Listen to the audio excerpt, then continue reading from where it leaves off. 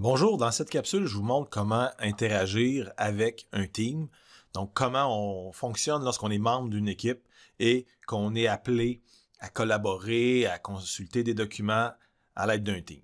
Donc, quand vous avez votre liste d'équipe, vous accédez à l'équipe en question. Et une fois dans l'équipe, vous constatez que la structure de l'équipe se trouve du côté gauche. Donc, on a le nom de l'équipe, on a le canal général. Le canal général va toujours être là. Dans chaque équipe, le canal de base s'appelle général.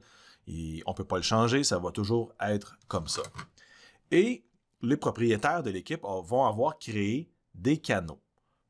Plus ou moins, selon le nombre. On peut avoir aussi d'autres canaux disponibles si jamais il y a des canaux qui ne sont pas visibles.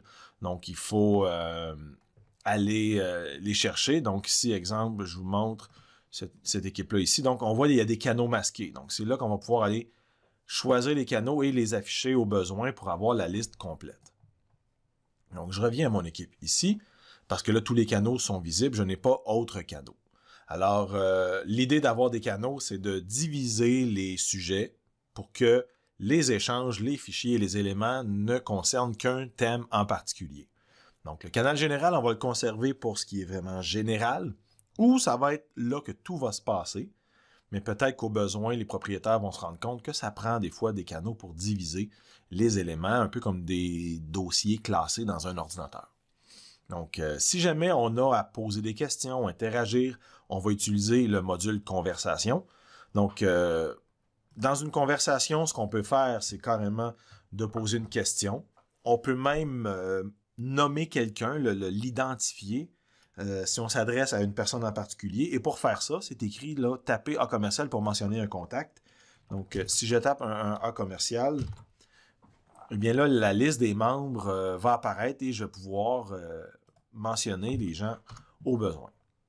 On a des outils en dessous qui permettent de bonifier. Donc, on a un outil de formatage qui permet d'avoir un titre et des outils un peu plus complets de mise en page pour la publication qu'on a à faire. Donc, peut-être que si je veux faire une annonce avec des éléments importants, ben, peut-être que je vais utiliser cet outil-là. On peut aussi partager des pièces jointes. On a des émoticônes qu'on peut utiliser pour rendre le tout un peu plus agréable. Même chose avec les GIFs animés. Donc, les GIFs animés, là, il y en a plusieurs. On peut faire une recherche et ça devient ludique là, d'utiliser ça. On peut aussi entrer en réunion maintenant. Donc, je pourrais créer une réunion virtuelle avec la caméra vidéo et les gens qui se joignent à moi dans l'équipe pourront assister à la réunion. Donc, c'est une façon là, de travailler. Puis là, ben, il y a d'autres extensions et d'autres modules qui seront peut-être pas utilisés. Là, l'idée ici, c'est d'être plus... d'utiliser les fonctions de base là, pour être capable de faire une publication. Donc, je pourrais envoyer un test et en le fond, on va faire envoyer avec le petite enveloppe ici, petit avion, pour faire une publication. Donc, j'envoie tout ça et la publication est là. Une fois qu'une publication est là, ben, les gens vont pouvoir répondre et là, on va créer une conversation. Si je remonte dans le temps ici, vous voyez qu'il y a eu des ajouts et ainsi de suite. Donc, le fil de conversation est un peu aussi un fil de nouvelles, de nouveautés, d'actualités qui vient là, qui vient me permettre de voir un peu qu'est-ce qui se passe dans l'équipe. Donc, c'est des traces qui restent. Donc, les nouveaux membres peuvent remonter dans le temps et trouver comment, qu'est-ce qui a été partagé dans le canal. Un autre élément, en fait, première des choses qu'on pourrait dire aussi, c'est que s'il y a de la nouveauté, on va voir un canal en caractère gras. Donc, exemple, si je reviens dans mes autres équipes et je viens dans l'équipe, bon, je vais aller en trouver une, je n'ai pas, on l'a vu ici dans... Donc, s'il y a du gras, ça veut dire que c'est d'une nouveauté que je n'ai pas encore consultée. Donc, le système va me permettre de consulter les nouveautés. On a l'onglet Fichier. Donc, Fichier, c'est un endroit où les gens vont déposer les documents qu'on peut consulter. Selon le type de fichier, on peut en créer des nouveaux. Là, en fait, vu que c'est un environnement Office 365 de Microsoft, on peut créer des dossiers, des Word, des Excel et des PowerPoint. Si je veux créer d'autres documents, comme des PDF, ben là, je vais devoir les téléverser. les prendre de mon ordinateur et les envoyer vers le canal. Mais généralement, si mon rôle de participant m'amène à partager, à téléverser, je pourrais le faire. Sinon, je vais juste consulter des documents. Puis, vu qu'on a des documents PDF ici, je vous montre un petit truc pour imprimer un document PDF. C'est une question qu'on a souvent. Donc, je peux consulter le document. Il va s'afficher directement dans l'environnement de Teams. Je vais pouvoir changer les pages et le regarder au besoin. Si je veux, je peux le télécharger avec les petits boutons ici, puis l'imprimer par la suite. Mais il y a une autre façon plus simple que je vous montrerai tantôt. Si je n'en ai plus besoin, je vais faire fermer. Donc, vous voyez que consulter des documents, c'est quand même simple. Ils affichent directement dans Teams, puis on peut, quand on fait un clic droit, je peux les télécharger. Là, on ne veut pas supprimer là, nécessairement parce que là, je suis propriétaire, c'est normal que je puisse le faire, mais pour un usager, je ne peux pas faire ça. Je peux copier un document, le déplacer, l'envoyer ailleurs, renommer. Je peux ouvrir dans SharePoint, mais ça, on pourra le montrer dans une autre capsule. La façon la plus simple d'imprimer un document, c'est de l'ouvrir en ligne.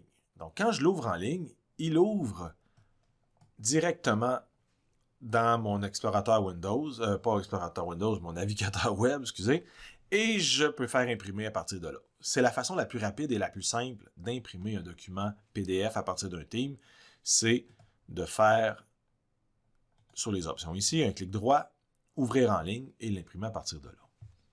Donc, si j'ai plusieurs documents à télécharger, je peux les télécharger.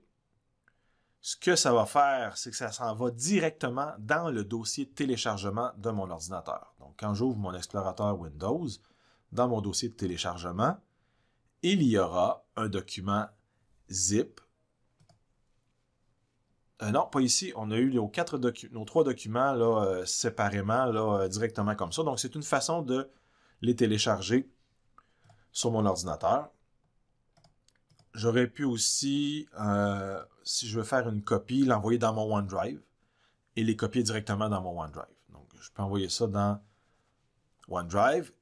Le team va aller voir dans mon OneDrive qu'est-ce que j'ai et je pourrais déposer ça dans un fichier et les copier là. Et voilà, donc ça me permet de m'approprier les documents directement dans mon OneDrive sans en faire une copie et les manipuler davantage. C'est directement au bon endroit tout de suite. Donc, voilà, ça c'est génial pour ça. Et selon les autres boutons qu'on peut retrouver, les autres onglets qu'on va retrouver, on va pouvoir interagir avec notre team. J'en montre un autre pour donner un exemple. Ici, si jamais il y a dans un canal, exemple, j'ai mis un ordre du jour, bien en fait, c'est un document Word que le propriétaire a lié directement sur un onglet. Donc, plutôt que d'envoyer les gens dans les fichiers aller chercher le document, je peux l'afficher là. Donc, ça arrive que les onglets me permettent de consulter des documents directement là. Ça peut être des PDF, ça peut être des sites web. On peut ajouter des onglets sur plusieurs types de contenus. Donc, quand on est utilisateur d'une équipe, exemple comme moi ici, je suis un utilisateur, eh bien, on a certaines possibilités. On peut collaborer avec les outils qui sont là, les canaux et ainsi de suite, à l'aide de la conversation, les fichiers et les autres éléments qui sont là au besoin. Donc, voilà de comment on peut fonctionner dans une équipe.